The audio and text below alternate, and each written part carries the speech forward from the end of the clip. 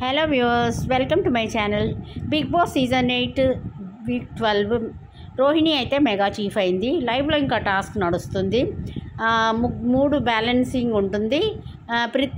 మన tasty Tej out అయిపోయాడు. పృథ్వీ, రోహిణి ఇంకా ఉన్నారు. వాళ్ళిద్దరు కుండలు నిండి ఉన్నాయి. ఇంకా బజర్ వచ్చినప్పుడు పోస్తూనే ఉన్నారు. అయితే పృథ్వీ అయితే చాలా బాగా ఆడాడు ఈసారి.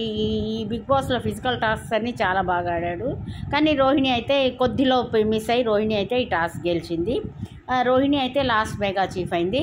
అయితే రోహిణిని మెచ్చుకోవచ్చు. తను వచ్చి 6 వీక్స్ అయింది. ఇంతవరకు ఎప్పుడు నామినేషన్స్లోకి రాలేదు. మళ్ళీ ఇప్పుడు ఒకవేళ next week ticket to finale ఉంటుంది. నెక్స్ట్ వీక్ నామినేషన్స్లో ఉండదు. ఒకవేళ టికెట్ టు ఫినాలే గెలిస్తే మాత్రం టాప్ 5లోకి వెళ్ళిపోతుంది. రోహిణికి చాలా లక్ కలిసి వచ్చింది ఈ బిగ్ బాస్లో. లాస్ట్ సీజన్లో బిగ్ బాస్లో తను ఏమైందంటే జస్ట్ శివజ్యోతితోని బిగ్ బాస్ మాట్లాడింది. ఆ మధ్యలో మాట్లాడొద్దని బిగ్ బాస్ చెప్పి ఆమెను డైరెక్ట్గా నామినేట్ చేశాడు. రోహిణి అప్పటి వరకు నామినేషన్స్లో రాకపోయే వరకు ఆ వీకే ఎలిమినేట్ అయ్యి వెళ్ళిపోయింది. కానీ ఈసారి రోహిణి లక్ చాలా బాగుంది. తనైతే మెగా చీఫ్ అయింది. అయితే ఈ వీక్ మనం ఓటింగ్ పోల్స్ చూసి night 12 o'clock voting poles close అయిపోతుంది. అయితే ఓటింగ్ పోల్స్ చూసినట్టయితే అన్ని ఓటింగ్ పోల్స్లో నిఖిల్ అయితే టాప్ 1లో 30%తో ఉన్నాడు. సెకండ్ నబీల్ 29%, ప్రేరణ 14%. ప్రేరణకైతే ఓటింగ్ చాలా తగ్గింది. ఎందుకంటే తన రూడ్ బిహేవియర్ మెగా చీఫ్ అయినప్పుడు తను చాలా బాగా అందరితోని చేసింది కాబట్టి ప్రేరణకు ఓటింగ్ తగ్గింది. యష్మికి 12% అండ్ పృథ్వీకి కూడా దాదాపు దగ్గర 12% ఆ రేంజ్లోనే ఉన్నారు. అయితే ఈసారి డబల్ ఎలిమినేషన్ ఉంటే మాత్రం యష్మి, పృథ్వీ ఇద్దరు అవుట్ అయిపోతారు. ఒకవేళ సింగిల్ ఎలిమినేషన్ ఉంటే మాత్రం పృథ్వీరాజ్ అయితే అవుట్ అవుతాడు. అయితే మనకి ఇప్పుడు అఫీషియల్ పోల్స్, అన్అఫీషియల్ పోల్స్లో సేమ్ ఓటింగ్ ఉంటుంది. అయితే ఇద్దరు డేంజర్ జోన్లోనే ఉన్నారు. ఇవాళ లైవ్లో మనం చూసినట్టే ఇలా ప్రేరణది ఫస్ట్ మ్యారేజ్ డే యానివర్సరీ ఉండే.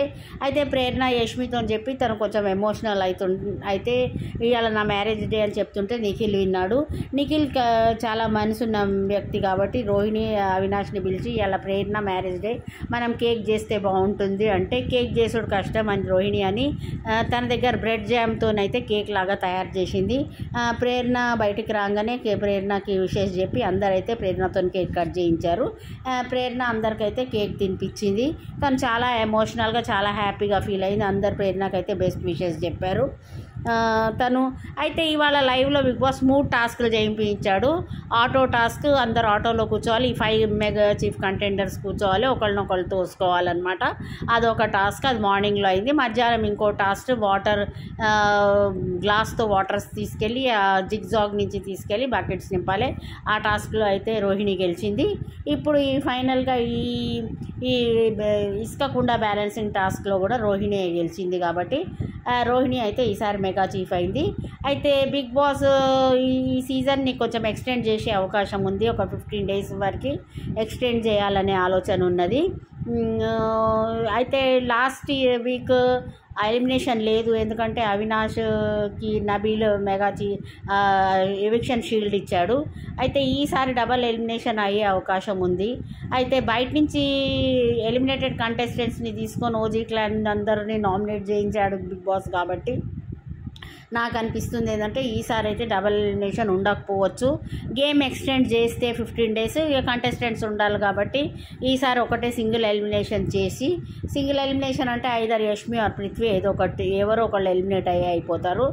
నిఖిల్, నబీల్, ప్రేరణ వీళ్ళైతే సేఫ్ జోన్లో ఉన్నారు. డబల్ ఎలిమినేషన్ అంటేనే ప్రేరణ మళ్ళీ డేంజర్ జోన్లోకి వస్తుంది. కానీ సింగిల్ ఎలిమినేషన్ అయితే ఐదర్ యష్మి ఆర్ ప్రేరణ వీళ్ళిద్దరు ఎవరో ఒకళ్ళు ఎలిమినేట్ అయిపోతారు. అయితే ఇప్పుడు గేమ్ ఎక్స్టెండ్ అవుతుంది కాబట్టి సింగిల్ ఎలిమినేషన్ ఉండే ఛాన్సెసే ఎక్కువగా ఉన్నాయి. సింగిల్ ఎలిమినేషన్ ఉంటే మాత్రం ఇక కొంచెం ఇప్పుడే గేమ్ ఇంట్రెస్టింగ్గా ఉన్నది.